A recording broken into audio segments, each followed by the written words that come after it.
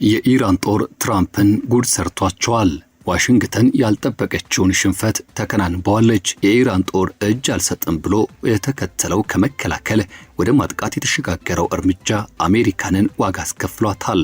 ትራምፕ ወደ ቻይና ለመጓዝ እያሟሟቁ ባሉበት ከፋርስ ጆሮአቸውን ጭው የሚያደርግ ዱብዳ ዜና ደርሷቸዋል። መረጃዎቹን በትንታኔያችን ይዘናል። ቻናሉን ሰብስክራይብ በማድረግ እይታዎትን ይጀምሩ ግብዣችን ነው።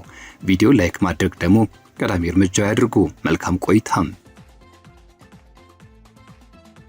በዋሽንግተንና በቴል አቪቭ ድንጋጤ የፈጠረ አስገራሚ መረጃ ይፋ ሆኗል። ሚስጥራዊነቱ ተጠብቆ ብዙ የቆየው የአሜሪካ የስለላ ድርጅት ግምገማ የኢራን ኢስላማዊ ሪፐብሊክ ያላትን ወታደራዊ አቅም አስመልክቶ ፕሬዝዳንት ዶናልድ ትራምፕና የመከላከያ ሚኒስትሩ ፔት ሄግሴስ በተደጋጋሚ ለሕዝብ ሲገልጹ ከነበረው መረጃ እጅግ በተለየና በአስፈሪ ሁኔታ ይስለዋል። ኢራን ዳግመኛ ትርጉም ያለው ተቋሙ ማሳየት እንደማትችል ብሎም ወታደራዊ ኃይሏ ሙሉ በሙሉ እንደተሰባበረ ተደርጎ ሲቀርብ የነበረው ምስል አሁን በወጣው መረጃ መሰረት ከእውነታው የራቀ ሆኖ ተገኝቷል። ይልቁንም ኢስላማዊቷ ሪፐብሊክ እጅግ አደገኛ የሆኑ ወታደራዊ አቅሞቿን በአጭር ጊዜ ውስጥ መልሳ ማደራጀት በስትራቴጂካዊ የሆርሙዝ ወሽመጥና ከዚያ ባለፈ በሌላ ዙር ግጭት ራሷን እያዘጋጀች መሆኗም ተረጋግጧል። በኒውዮርክ ታይምስ ጋዜጣ በዝርዝር የቀረበውና አፈትልኮ የወጣው ይህ የስለላ ግምገማ እንደሚያመላክተው ኢራን በሆርሙዝ ወሽመጥ አካባቢ የሚገኙ 33 ቁልፍ ሚሳኤል ጣቢያዎቿ ውስጥም የ30ዎቹን የክወና ብቃት ሙሉ በሙሉ መልሳ አግኝታለች። ታዲያ በአሁኑ ወቅትም አገልግሎት መስጠት የማይችሉ 3 ጣቢያዎች ብቻ መሆናቸው በተያያዥነት ተገልጿል። የተቀሩት ጣቢያዎች በሙሉ በከርሰ ምድር ውስጥ ባሉ ጥብቅ ምሽጎች ውስጥ ተቀምጠው ወዲያውኑ ሊተኩሱ የሚችሉ ሚሳኤሎችና በፍጥነት ቦታቸውን ሊቀይሩ የሚችሉ ተንቀሳቃሽ የሆኑ ማስወንጨፊያዎችን ይዘው ዝግጁ ሆነው ተገኝተዋል። በመላው ሀገሪቱ ደረጃ ቴህራን ከጦርነት በፊት ከነበራት ተንቀሳቃሽ ሚሳኤል ማስወንጨፊያ ክምችት ውስጥም 70% የሚሆነው አሁንም በእጇ ይዛ ትገኛለች። በተመሳሳይ ሁኔታ በባላስቲክ ሚሳኤል ክምችቷ 70% የሚሆነው ሳይነካ ተርፏል። ከሁሉም በላይ አሳሳቢ ጉዳይ ደግሞ ኢራን የከርሰ ምድር የሚሳኤል ማከማቻና ማስወንጨፊያ ተቋማት 90% የሚሆኑት አሁን ላይ በከፊል ወይም ደግሞ ሙሉ በሙሉ ስራ መጀመራቸው ነው። ይህ እውነታ ከፍተኛ ጥራት ባላቸው የሳተላይት ምስሎችና በተለያዩ የስለላ ምንጮች በኩል የተረጋገጠ ሆኖ ተገኝቷል። ይህ የስለላ መረጃ የወጣው ከፍተኛ የአሜሪካ ጦር መኮንኖች በኤፒክ ፉሪ ዘመቻ ሙሉ ለሙሉ ድል መቀዳጀታቸው በይፋ ከገለጹ ከጥቂት ቀናትና ሳምንታት በኋላ መሆኑ ነው። የድሉን ትረካ ጥያቄ ውስጥም የሚጥል ሆኖ ብቅ ብሏል። የተጀመረውና በአሜሪካና እስራኤል ጥምር ኃይሎች የተካሄደው የዘመቻ የኢራንን የባላስቲክ ሚሳኤል ኃይል፣ የባህር ኃይል፣ የአየር መከላከያዎችን፣ የኒውክሌር መሰረተ ልማቶችና የእዝ ሰንሰለቶችን ሽባ ለማድረግ ያለመ ነበር። በወቅቱ በሺዎች የሚቆጠሩ ኢላማዎች ላይ ከፍተኛ ጥራት ያላቸው የሚሳኤል ጥቃቶች ተሰንዝረዋል። እንደ ይፋዊ መረጃዎች ከሆነ ደግሞ ከ10,000 በላይ የአየር ላይ በረራዎች ተካሂደው ከ13,000 በላይ የሚሆኑ ኢላማዎችም ጥቃት ተፈጽሞባቸዋል። እዚህም የኢራን የባህር ኃይል መርከቦች በከፍተኛ ቁጥር ሰጥመዋል። የባህር ላይ ተንቀሳቃሽ ኃይሏ ከጥቅም ውጪ እንዲሆን ተደርጓል። እንዲሁም በርካታ የሚሳኤል ማዕከላት በእሳት ተገርፏል። ይሁን እንጂ የኢራን ያልተመጣጠነ የጦርነት ስልት መግለጫ የሆኑት እነዚሁ በዋሻዎች በምሽጎችና በተንቀሳቃሽ ንብረቶች ላይ የተገነባው የከርሰ ምድር ግዛትና ቀደም ሲል ከተገመተው በላይ እጅግ ጠንካራ ሆኖ ተገኝቷል። በየቀኑ ከዓለም አቀፍ የነዳጅ አቅርቦት ውስጥ 20% የሚሆነው የሚያልፍበት ጠባቡ የሆርሙዝ ወሽመጥ አሁን ላይ ለዚህ የተቀጣጠለ ላለው ቀውስ ማዕከል ሆኖ ቀጥሏል። ኢራን ይህንን የዓለም ንግድ መስመር በመርከብ አጥፊ ሚሳኤሎች፣ በባህር ውስጥ ፈንጂዎች፣ ፈጣን የጥቃት ጀልባዎችና የድሮኖች ጥቃት አማካኝነት ለማወክ ያላት አቅም የአገሪቱ ዋነኛ የጠላት ጥቃት መከላከያ ስልት ነው። ከጦርነት በፊት የተደረጉት እነዚሁ ግምገማዎች ኢራን በሺዎች የሚቆጠሩ ባላስቲክና ክሩዝ ሚሳኤሎች እንዳሏትና አብዛኞቹም በተራራማ ምሽጎች ውስጥ ተደብቀው ወይም በተንቀሳቃሽ መድረኮች ላይ ተሰራጭተው እንደሚገኙ ያመላከቱ ነበሩ። ለሳምንታት ይህን ያህል የማያቋርጥ የአየር ድብደባ ቢካሄድም የአሜሪካ የስለላ ድርጅቶች አሁን ላይ የደረሱበት መደምደሚያ ግን የኢራን አገዛዝ በዚህ ወሳኝ የጦር ቀጠና ውስጥ ያለውን የማጥቃት ኃይል አብዛኛውን መልሶ ማደራጀት መቻሉን ነው። ከፍተኛ ጥራት ያላቸው የሳተላይት ምስሎች እንደሚያሳዩት በተለይም እንደ ታብሪዝና ሆሜኒ ባሉ አካባቢዎች የሚገኙ የሚሳኤል ጣቢያዎች ላይ ፍርስራሾችን ማጽዳት፣ ወደ ከርሰ ምድር ምሽጎች የሚያስገቡ መቃብሮችን መልሶ የመክፈት ስራ በከፍተኛ ፍጥነት እየተከናወነ ነው። ኢራናውያን መሐንዲሶችም ቀደም ብለው የተዘጋጁ መሳሪያዎችና ጠንካራ የግንባታ ዲዛይኖች መጠቀም በአንዳንድ አካባቢዎች ላይ ጥቃት በደረሰባቸው በጥቂት ሰዓታት ውስጥ የሚሳኤል ማስወንጨፊያዎችን መልሰው አገልግሎት ላይ ለማዋል ችለዋል። በሲቪል መኖሪያ አካባቢዎች ወይም ደግሞ በተፈጥሯዊ መልክዓ ምድሮች ውስጥም ተደብቀው የነበሩ ተንቀሳቃሽ ማስወንጨፊያዎች ከመጀመሪያው የአየር ጥቃት ማዕበል በአብዛኛው ሳይነኩ ተርፏል። የወታደራዊ ዳግም ግንባታ እየተከናወነ ባለበት ወቅትም በባህር ላይ ያለው ውጥረት እንደቀጠለ ባለበት ሁኔታ ነው።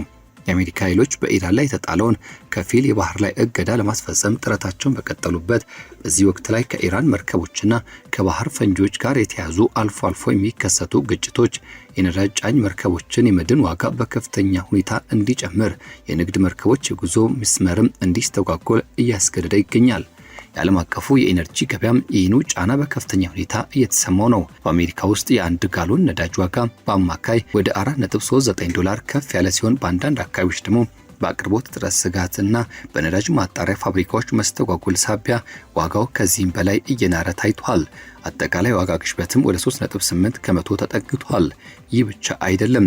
ወታደራዊ ዘመቻ ወደ $29 ቢሊዮን የሚገመት ወጪ ያወጣች ሲሆን ወታደራዊ ትጥቅ ክምችቷ በተለይም ኢላማን በትክክል የሚመቱ ሚሳኤል መቃወሚያዎችና የክሩዝ ሚሳኤሎች በአሳሳቢ ሁኔታ እየተመናመኑ ይገኛሉ።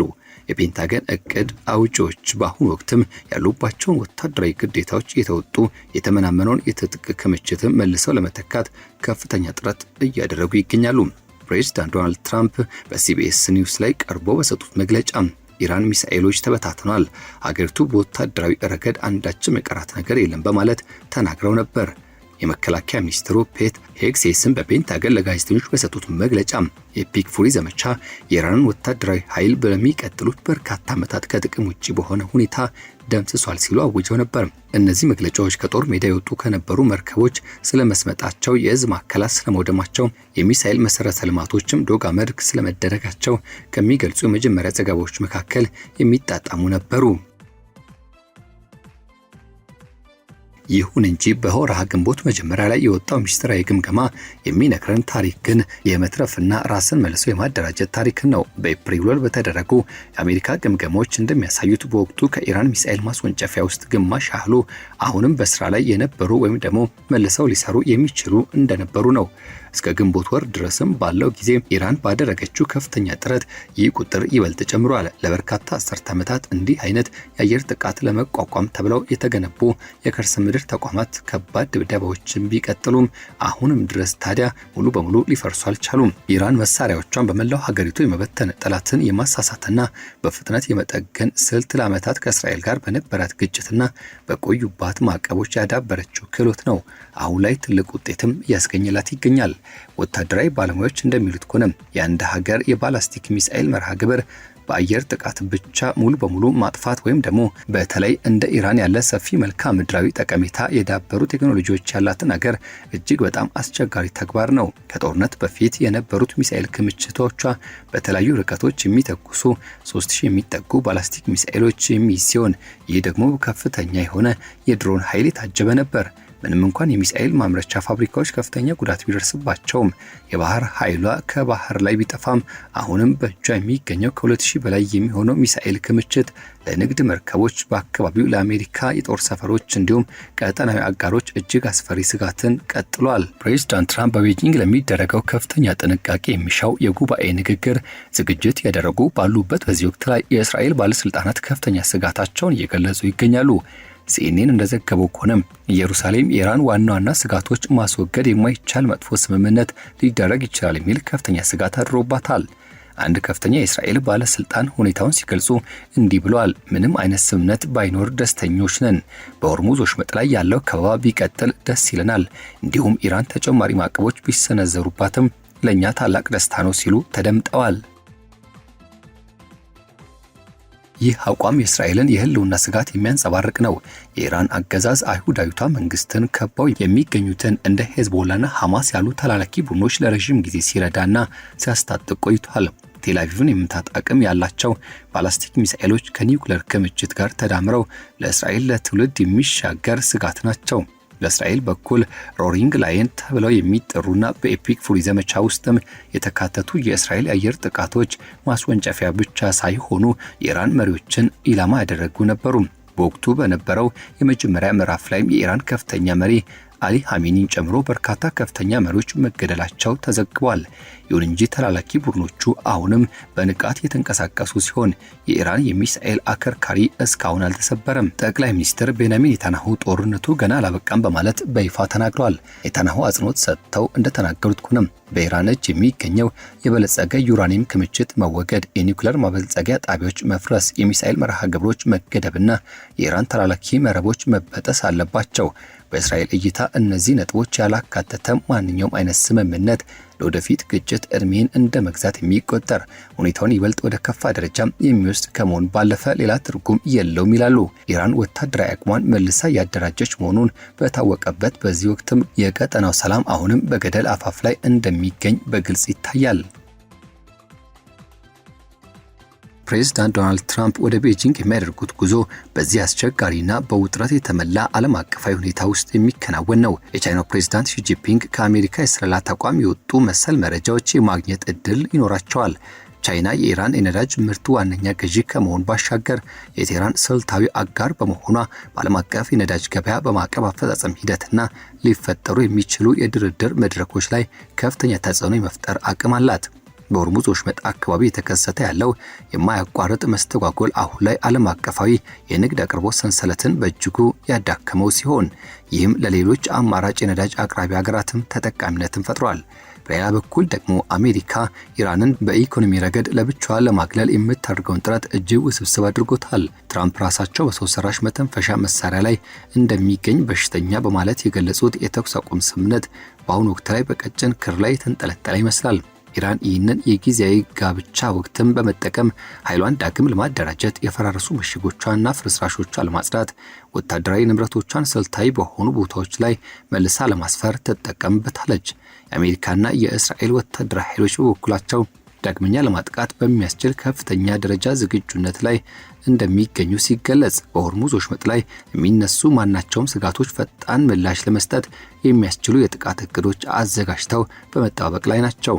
ይሁን እንጂ በአሜሪካ የሀገር ውስጥ ኢኮኖሚ ላይ የደረሰ ያለው ከፍተኛ ኪሳራ ግጭቱን ለማርገብ የሚደረገውን ፖለቲካዊ ጫና እያበረታታው ይገኛል።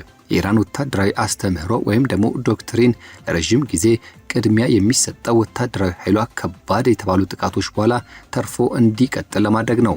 ለዚህ ሲባል ጦሩ በተራራማ አካባቢዎች ላይ ተቆፍረው በተሰሩና በቀላሉ የማይደፈሩ የከርሰ ምድር ተቋማት፣ በተንቀሳቃሽ ሚሳኤል ስርዓቶች፣ ጠላትን በሚያሳስቱ የውሸት መሳሪያዎች ላይ ከፍተኛ መዋለ ንዋይ አፍስሷል። ባሳለፍነው ዓመት ከእስራኤል ጋር የተደረጉት የቀደሙ ግጭቶች እነዚህ ስልታዊ መከላከያ ዘዴዎችን ይበልጥ እንዲያርቁ አድርጓቸዋል።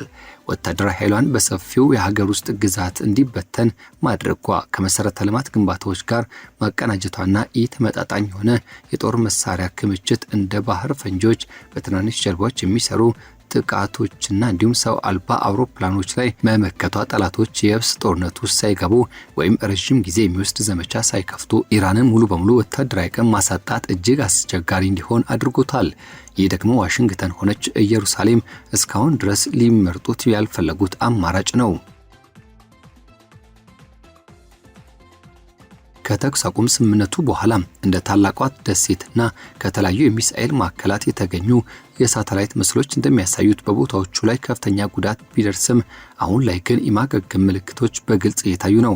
ምንም እንኳን የመገናኛ ማዕከላት፣ የነዳጅ ማከማቻዎችና የወደብ ተቋማት ጥቃት ቢደርስባቸውና የቅንጅት አቅማቸው ቢቀንስም ዋናው የሚሳኤል ማስወንጨፊያ አቅማቸው ግን አሁንም እንደቀጠለ ነው።